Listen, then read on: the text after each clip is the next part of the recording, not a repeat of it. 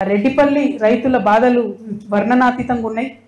వారి కోసము కలెక్టర్ గారు వచ్చి ఏం చెప్తారంటే, మీ ట్రిప్లర్లో పోయేటటువంటి మీ భూమిని నేను 3 విడతలుగా పేమెంట్ చేస్తాను అని చెప్తున్నాడు కలెక్టర్ గారు.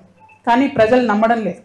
నేను కోరేది ఒకటే కలెక్టర్ గారిని, మీరు 3 విడతలుగా డబ్బులు ఇస్తా అంటే 3 విడతలుగా ఎకరానికి మీరు ఇస్తానన్నటువంటి 44 లక్షల రూపాయలు కాకుండా 1 కోటి రూపాయలు ఇవ్వాలని అక్కడ డిమాండ్ చేస్తూ ఉన్నారు ప్రజలు.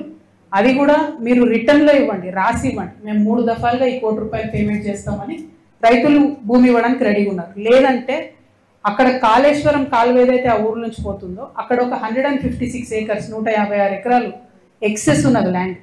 భూమికి బదులుగా భూమి ఇవ్వమని అక్కడ రైతులందరూ కూడా వాళ్ళ మాటగా మీడియా తరఫున ప్రభుత్వానికి చెప్పమని నాకు నిన్న కోరినారు. భూమి బదులు భూమి ఇచ్చినా వెళ్ళిపోతాం, లేదు 1 కోటి రూపాయలు పర్ ఏకర్ ఇస్తాం, 3 దఫాలుగా ఇస్తామని రాతపూర్వకంగా ఇచ్చినా వెళ్ళిపోతామని చెప్పి వారు కోరడం జరిగింది.